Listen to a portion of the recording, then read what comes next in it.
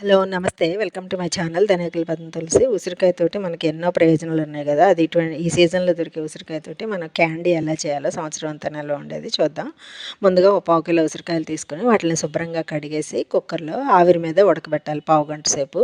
First time గనుక నా ఛానల్‌ని చూస్తున్నట్టయితే సబ్స్క్రైబ్ చేసుకోండి. బెల్ ఐకాన్ క్లిక్ చేయండి. ఈ ఉసిరికాయలతోటి మనకి చాలా ఉపయోగాలున్నాయి. అయి ఈ సీజన్‌లో దొరుకుతాయి కదా! ఇప్పుడు దొరికినప్పుడే మనం వాటిల్ని చేసుకొని స్టోర్ చేసుకుంటే సంవత్సరం అంతా కూడా నిల్వ ఉంటది. ఉసిరికాయలు పావుగంట సేపు ఉడికిన తర్వాత ఆవిరి మీద వాటిని తీసి ఆరబెట్టేసుకొని, ఆ లోపల గింజలు తీసేసుకొని వాటిని అలాగా విడిగా ముక్కలుగా తీసుకోవాలనమాట. తర్వాత దానికి పావు కిలో ఉసిరికాయలకి పావు కిలో బెల్లం తీసుకున్నాను నేను. పొడి చేసేసి ఒక గాజు గిన్నెలో వేసేసి అవి కలిపేసుకొని మూత పెట్టేసి 3 రోజులు ఉంచాలన్నమాట. రోజు స్పూన్ తోటి వాటిని కలుపుతూ ఉండాలి.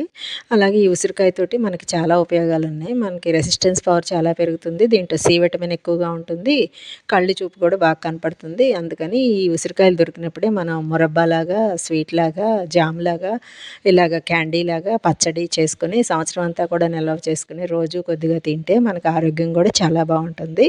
అలాగా 3 రోజులు అయిన తర్వాత వాటిని తీసేసి వడగట్టేసుకొని ఆ నీళ్ళని, ఆ ముక్కల్ని 3 రోజులు మళ్ళీ మామూలు టెంపరేచర్‌లో ఎండబెట్టుకోవచ్చు. లేకపోతే కొద్దిగా ఒకరోజు ఎండలో అయినా పెట్టుకోవచ్చు అనమాట. ఈ నీళ్లు కూడా మనం వేస్ట్ చేయకుండా రోజు కొద్దిగా పొద్దున్నే పరగడుపుతోటి, ఎందుకంటే ఉసిరికాయ బెల్లం నీళ్ళు కదా!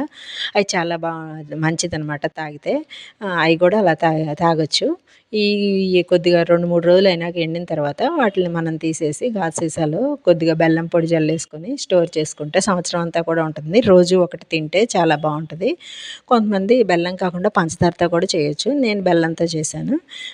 ఇలాగ మనం ఉసిరికాయలు దొరికినప్పుడు ఇలా చేసి పెట్టుకుంటే రోజు తింటే అందరికీ చాలా బాగుంటుంది. నోరు కూడా వాసన రాకుండా కూడా ఈ ఆమ్లా క్యాండీ ఇంట్లో ట్రై చేయండి. వీడియో నచ్చినట్టయితే లైక్ చేయండి.